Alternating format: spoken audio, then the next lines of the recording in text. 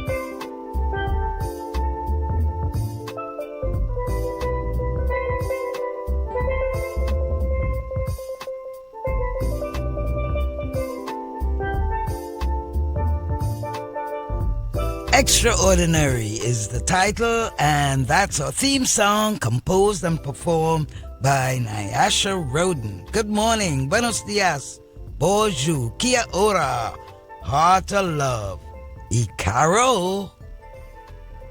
Welcome to the Steel Pan Vibes. It's More Than Music radio show. I'm your host, Miss B, with Asa. Hello, hey, what's up? Came through eating some food in a good mood, ain't had nothing left to do.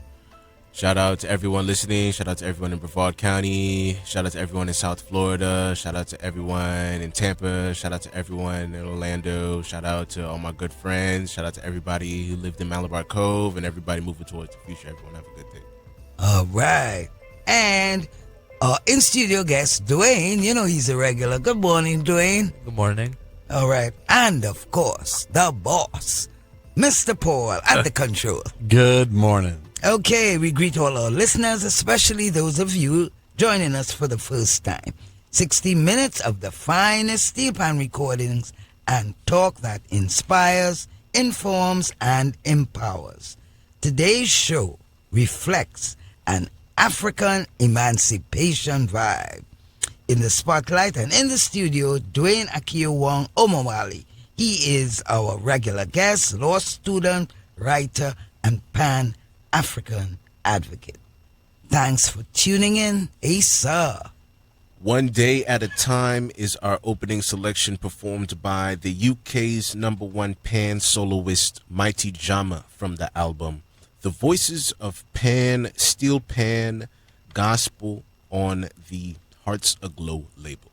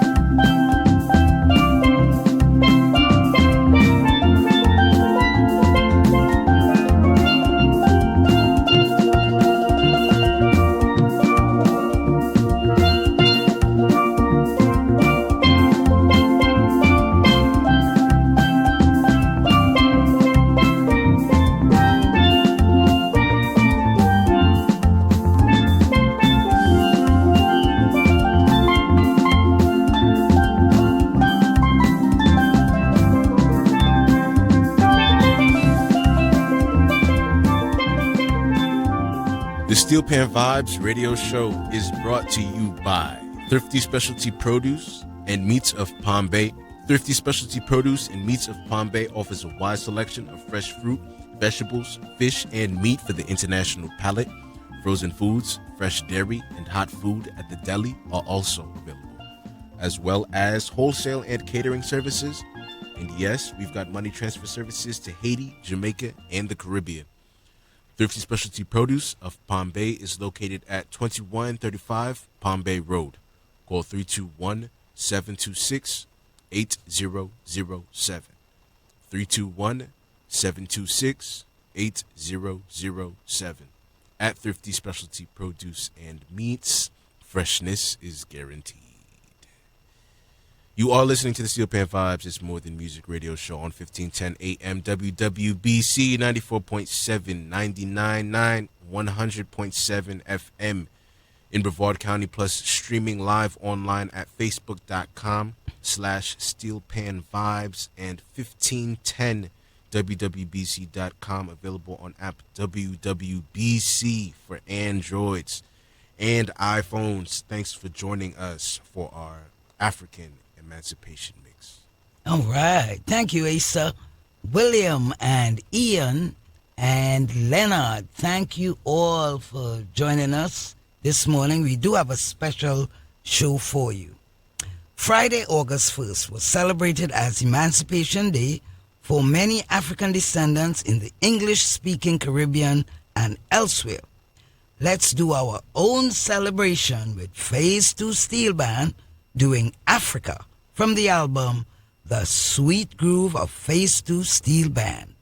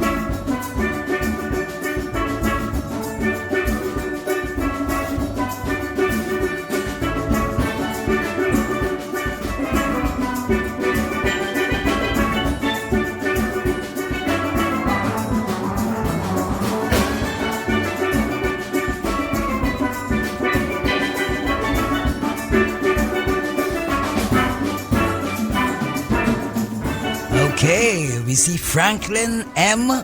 from Trinidad and Tobago. He's tuned in. Thank you so much for listening. I believe Nyasha is also tuned in. And a shout out to Daddy Lance and Fumilayo. I hope they're listening too. Now, for healing to take place globally, there's no getting around the discussion about the legacy of slavery, especially among African descendants. Music has proven itself to be an excellent resource for therapy. Up next, from the UK, Steel and Skin doing High Life from the album Reggae is Here Once Again.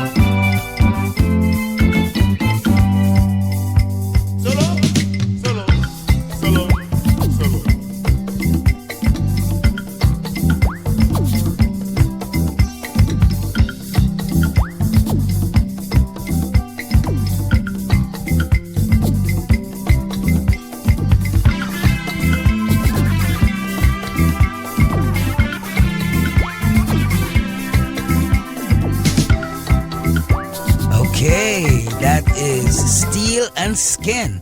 That's a group from the UK from back in the 60s. A conglomeration of African and Caribbean musicians.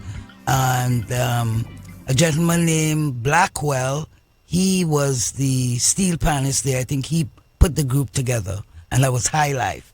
High Life, which is associated with Nigeria and West African music. So, coming together, making great sounds. And we have some great sounds coming from Deacon Anderson. Deacon Anderson is on the line. And when our men get together, they produce a good song. But these men are going to get together for a very special occasion. Good morning, Deacon Anderson. Good morning.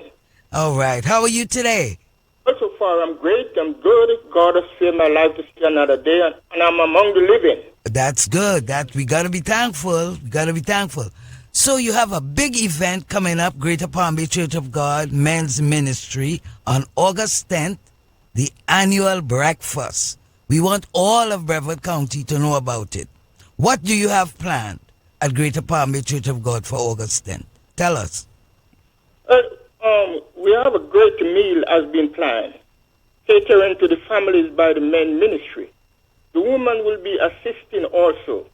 The idea of men serving and especially catering to the families and fellowshipping for one another. A guest speaker will bring the spoken word. Oh, great. All right. So why do you think people should come out? What are they going to get out of it, apart from a meal? Well, I think it is very important. It is an annual breakfast put on by the men ministry of Greater Palm Bay Church. Just as Christ is the head of the church, the man is the leader or protector of his family. He should show the leadership in everything he does and fellowship by praying one to another.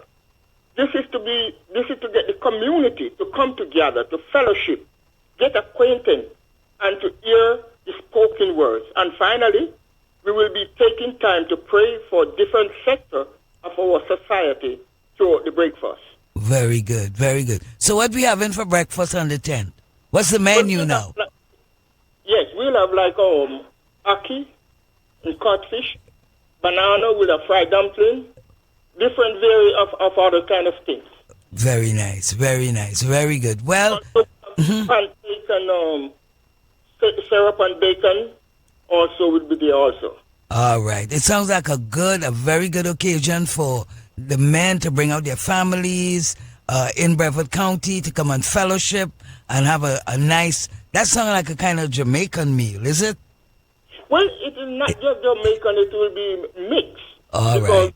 Within the church, it is like out of many one people. All right. So we have different kind of culture, different islands gathered there to worship. Very good. That's very good. Well, we're going to be inviting all our listeners to come out and support the event.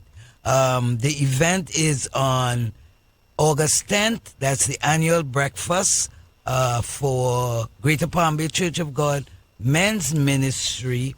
And it begins at 9 a.m. It's going to be held at the Greater Palm Bay Church of God, 2270 Jupiter Boulevard, Northeast in Palm Bay. And if you want tickets, there's a cost. The number is 321-723-0510 or 321-505-3585. Right, Deacon Anderson, is that correct?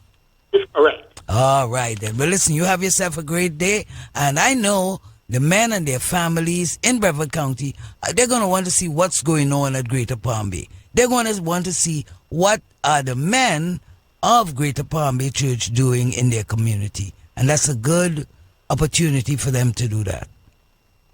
Thank you very much. Oh, you're quite welcome. Oh, yeah, we got lots of people listening. Nyasha, Asa, Leonard. Who else is there? Quite a few people listening to the Steel Pan Vibes This Morning music radio show. That's what they should be doing every Saturday at 11 a.m. Marcia, thanks for listening. Pauline, oh my goodness, we're so glad to have you. Yes, we got it going on here. No lie. Asa, what you have to say, Asa? Steel Pan Vibes is brought to you by Brown's Bakery and Restaurant for mouth-watering baked goods, soups, beverages, and meals. From patties to rock cake, chicken to goat head soup, juices to coconut water, and West Indian-style meals from jerk chicken to oxtails and delicious roti too. All at Brown's Bakery and Restaurant, located at 1155 Malabar Road inside the Interchange Plaza. Call 321-727-1060. 321-727-1060. Catering also available. Okay, now coming up, University of Akron Steel Drum Band doing Meditation on an African Groove from the album The University of Akron Steel Drum Band at E.J. Thomas Hall.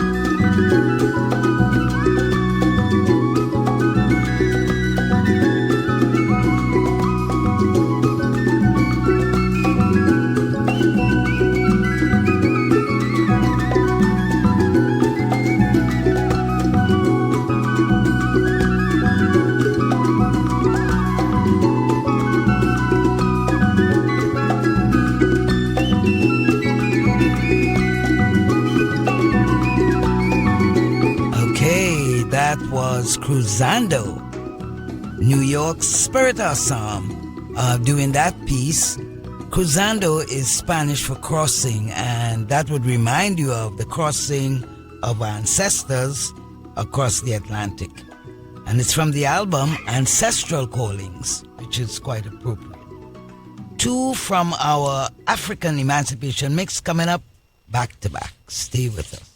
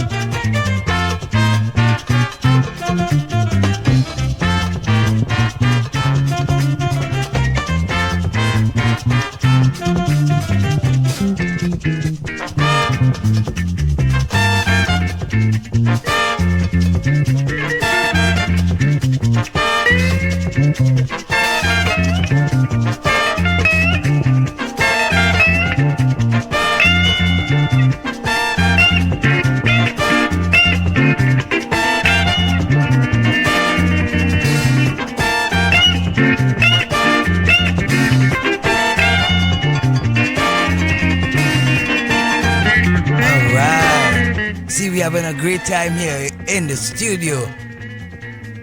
Oh, wow, that's great music. But the set began with Liberation from the young talent of Andre White on the album Liberation Music, followed by what you just heard, musical master Earl Rodney with some very experienced and skillful musicians doing a number called Friends and Countrymen from the critically acclaimed album Friends and Countrymen. Hey, sir, what's going on? Coming up in the Steel Pan Vibes Spotlight, our regular monthly guest, Dwayne Akil Wong Amawale, here in the studio to discuss the global legacy of slavery and the struggle for emancipation. But first, let's listen to Jeff Narell doing a tune called Step by Step from the album Sirocco.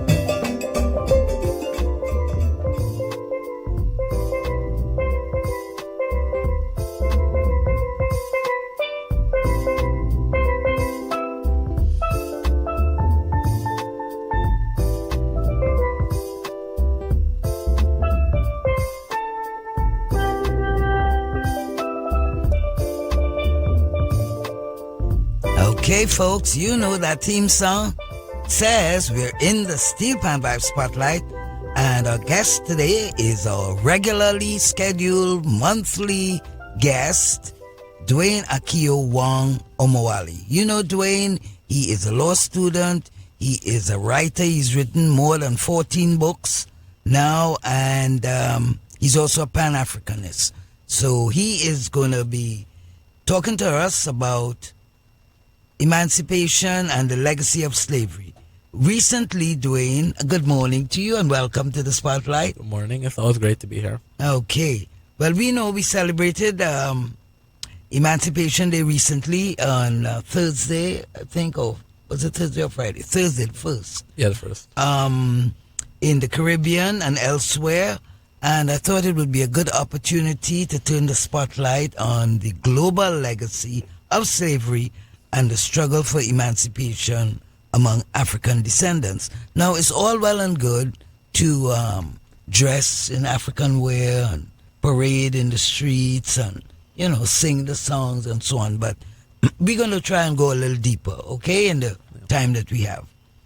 Now, that's in the English-speaking Caribbean. It's on the first and other Caribbean islands. I understand it's also in Puerto Rico, celebrated on the 1st of August.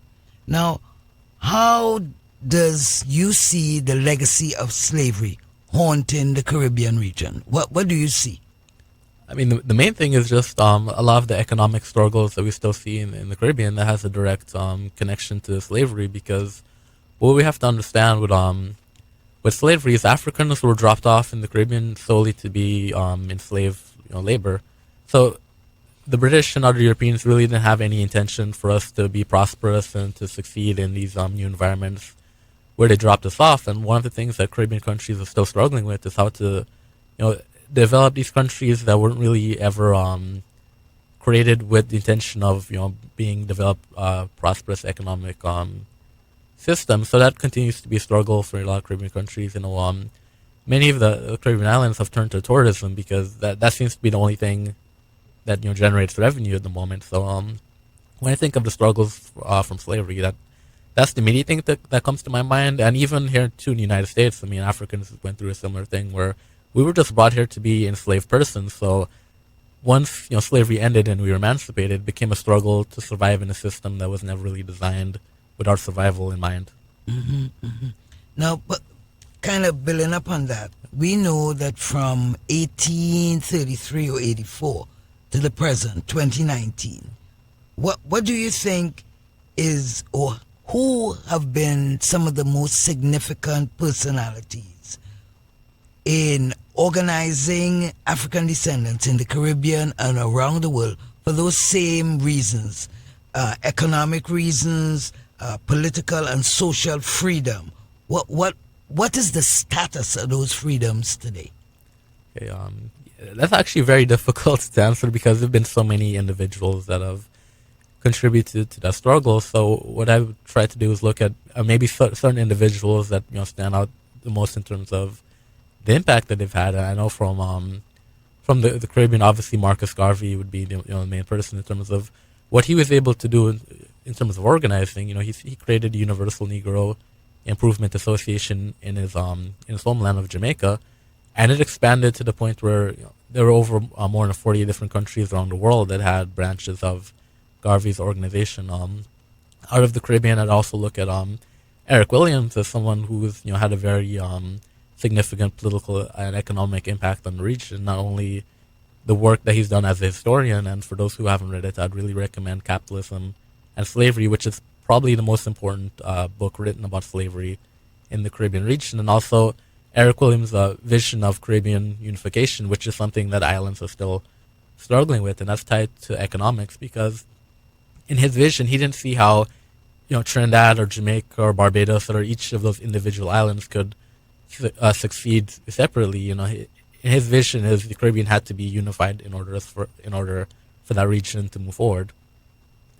Now, on a more global basis, outside of the Caribbean region, I think on the African continent, I would have to mention Kwame Nkrumah, because he led Ghana to independence, but he was very clear on the fact that he didn't believe that Ghana's independence was enough. He wanted to see the independence and unification of Africa for a very similar reason to why Eric Williams thought the Caribbean needed to be unified, because what Kwame Nkrumah understood is each individual African country can't succeed on its own. He envisioned that unification. And I'd also say here in the United States, I think perhaps the two individuals that really stand out, if I were to point at individuals, would be Malcolm X and Martin Luther King, which, I know those are obvious choices because of how famous those men are, but I think a lot of people know of them, but not enough people have really studied the work to understand exactly what it is that those men were doing and what they were advocating, not only for African Americans in the United States, but also the global vision that they had for African people. Mm-hmm, mm-hmm. So those are just some of the individuals that I think would stand out in terms of people that have had a very significant impact on the political and economic struggles of African people, regionally and globally. Well, we're going to talk about some other places, Okay. like the legacy of slavery and the struggle for emancipation in some of the South American countries like Brazil and Chile and Argentina. Who were the personalities there, and what was their role? I know in Brazil, especially in that region, because Brazil actually has the largest number of African descendants outside of the African continent, and the majority of enslaved Africans were brought to Brazil.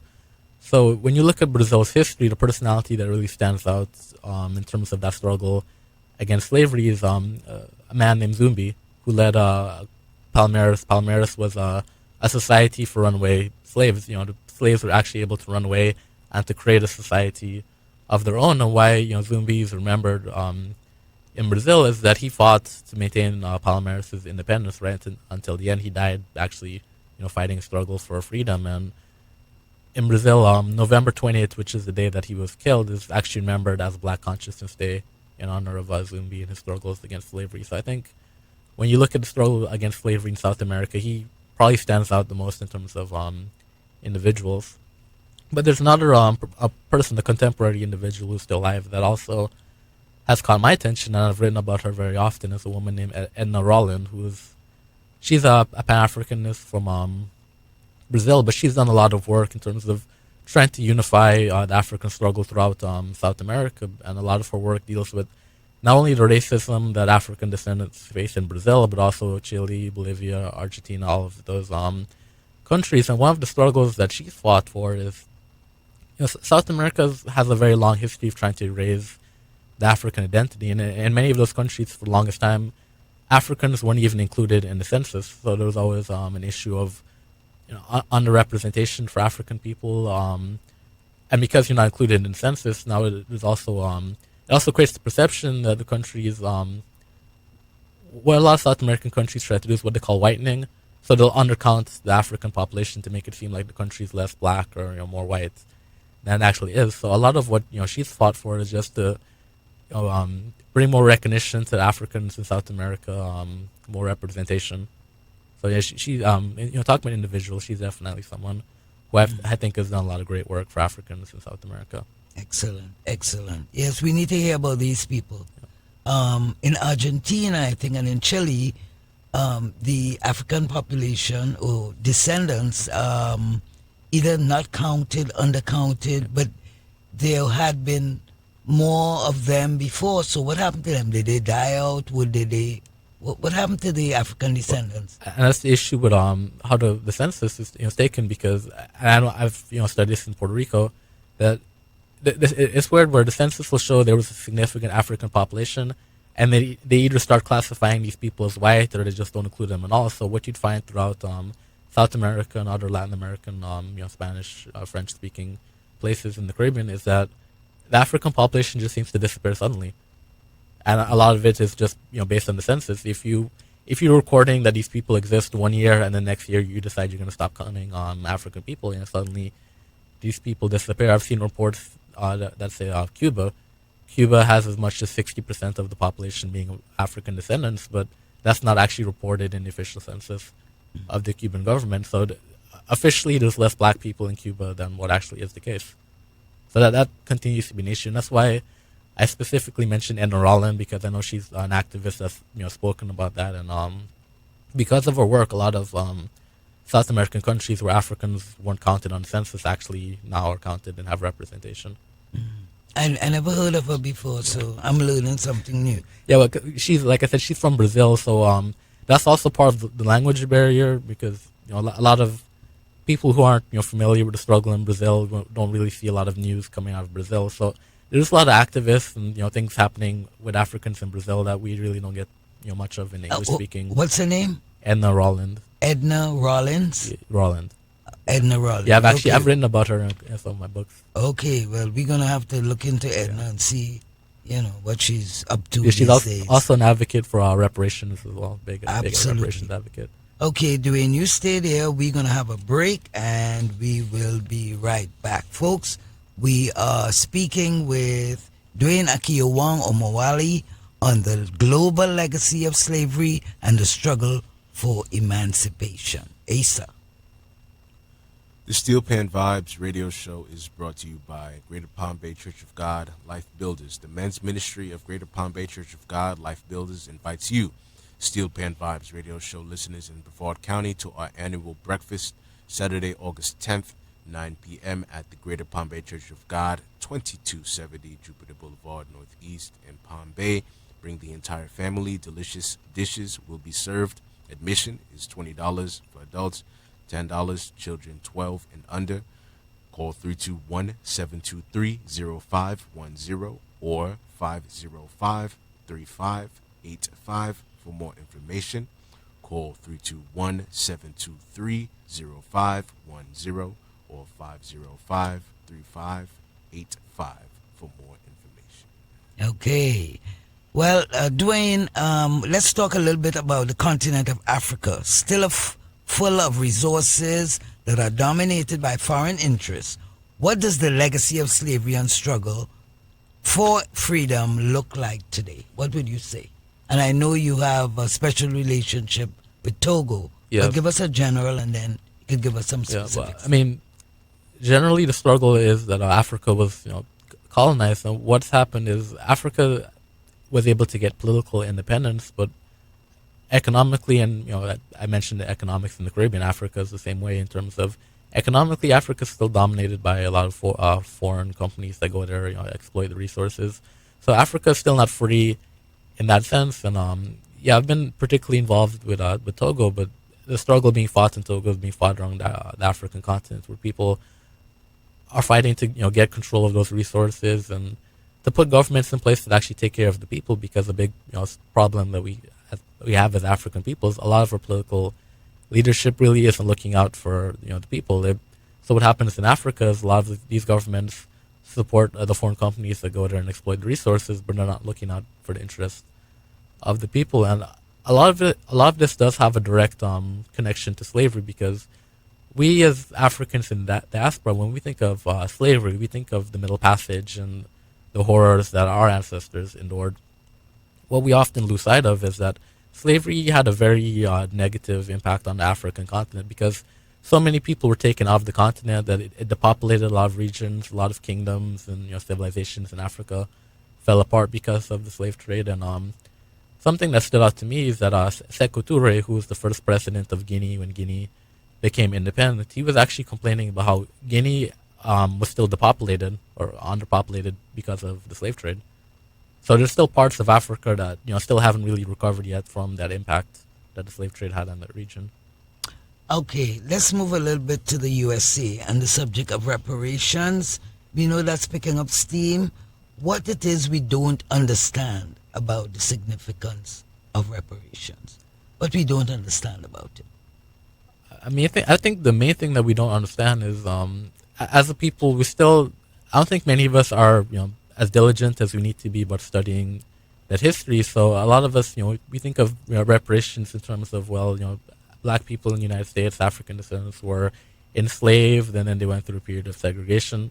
But I think when you really investigate, what was happening at the time in terms of, Africans weren't just enslaved on the plantation; they were actually building wealth for the slave masters. So there's a lot of industries, for example, banks. A lot of banks, were able to build up their wealth through slavery. So slavery was an institution building, built industries, built institutions for the slave masters. And that's something that we have to understand when we're talking about reparations. That the people that enslaved our ancestors were actually building wealth off of that slavery. None of that wealth was going to our ancestors. So I look at reparations as almost a debt that's actually owed to African descendants for work that our ancestors did that they were never paid for, but that other people were able to benefit from. Now, after slavery ended, there was a period where very often when African Americans were trying to establish establish economic independence, build businesses for themselves, it was undermined. The most famous example was Black Wall Street. Black Wall Street was completely annihilated. So there was always this process of taking wealth away from African people, and when we tried to establish economic success for ourselves, we always seem to be sabotaged. So reparations to me isn't merely just reparations for an injustice. It actually is an economic debt that was due to our ancestors that still has not been paid. Excellent. And debts have to be paid. We know that. Collections. We get those collection calls. We're almost at the end of this interview. And is there anything else you'd like to mention before you go? Well, the one thing I would like to mention, and this is a bit personal to me, but emancipation, because when I learned about emancipation in the Caribbean in high school, the only thing they told us about was an Englishman named William Wilberforce, and the impression I was given is that this man single-handedly ended slavery in the Caribbean. I never heard about Sam Sharp and Busta and all the other enslaved Africans who rebelled, who actually they were the ones that really ended slavery, because what the British wanted to do, they wanted to emancipate, end slavery gradually, so they set a timetable.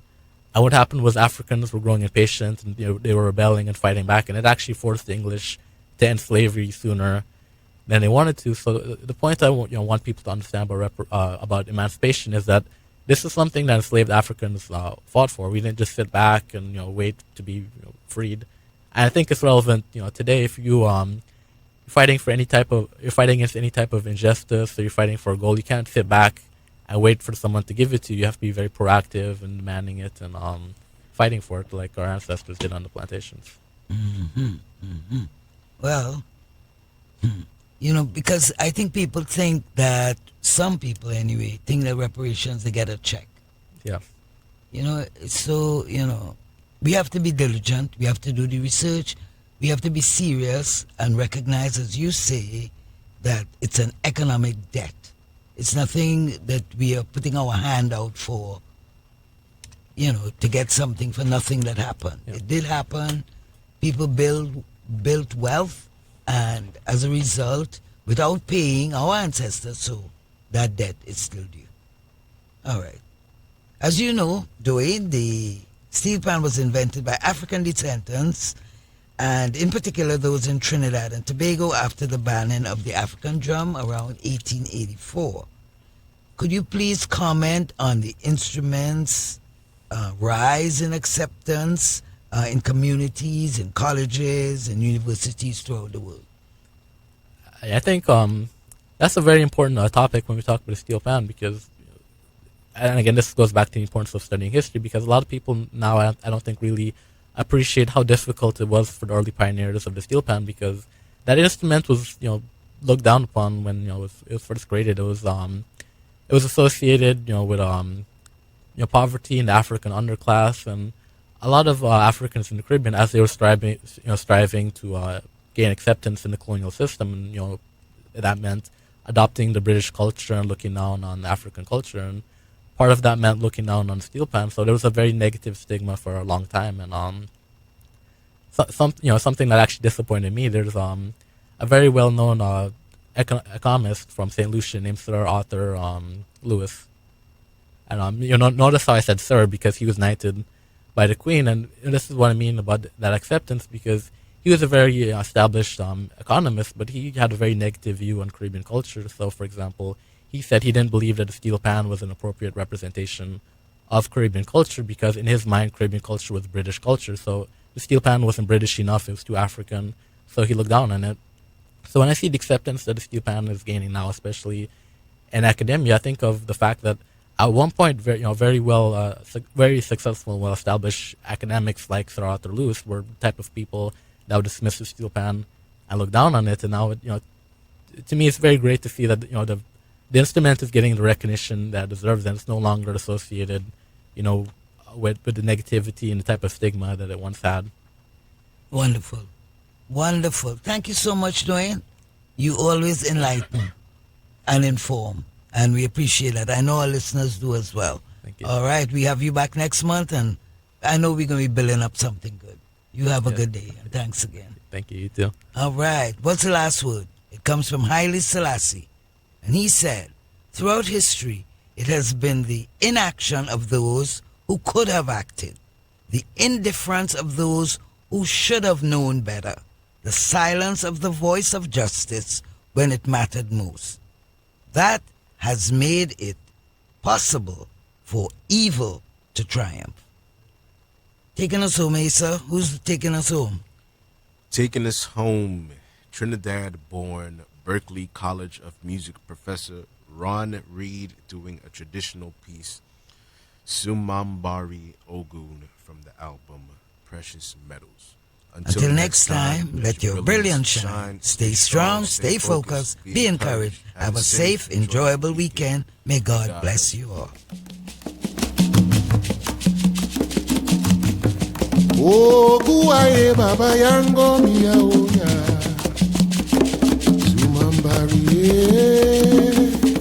Sumambari Oguaye baba yango miyaoya Sumambari Oguaye baba yango miyaoya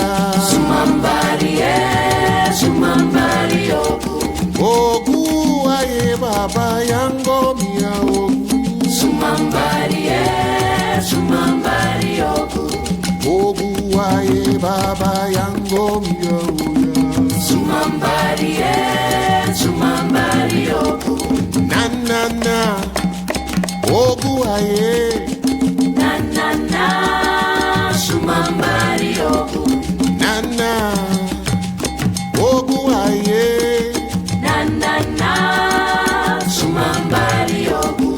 Oguaye baba yango miyaoya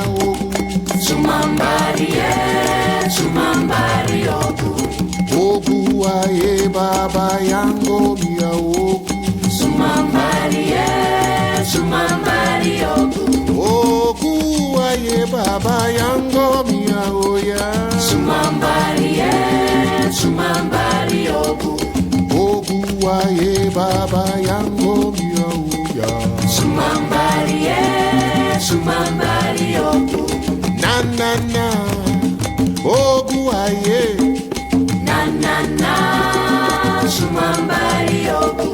Na na na Oguaye